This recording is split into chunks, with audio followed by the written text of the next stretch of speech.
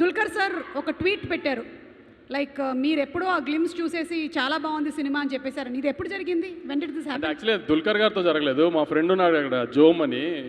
ఆయన మామూలుగా ప్రొడక్షన్ దుల్కర్ గారు చూస్తారు కదా, ఆయన టీజర్ రాగానే నాకు పెట్టారు. టీజర్ రెడీ అవ్వగానే పెట్టగానే జోమ్ ఇది చాలా బాగుంది, తెలుగులో మనమే చేద్దాం, ఎవరికి మాట ఇవ్వద్దు, మళ్ళీ తెలుగు చేద్దాం ఇది అంటే. అప్పుడు దాకా జోమ్కి తెలుగు చేసే ఐడియా ఉందో లేదో తెలియదు. తెలుగు చేద్దాం అంటే అప్పుడు వర్క్ స్టార్ట్ చేశాడు.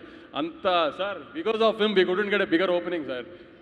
Because of Jome's delay and Jome's laziness only, we couldn't release properly also.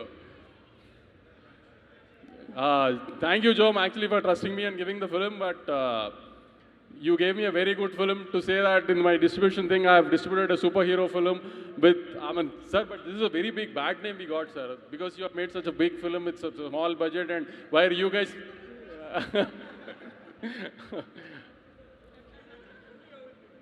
See, two of our directors, sir, costliest directors in his own league, Nagi sir and our Venki, you know, no, sir.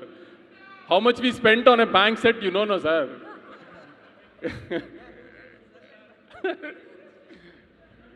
So ఇప్పుడు cinema చూసిన వాళ్ళు చాలా మంది వచ్చారు. చూడని వాళ్ళకి వంశీ గారు as an audience ఏం చెప్పాలనుకుంటున్నారు? ఎందుకు చూడాలి?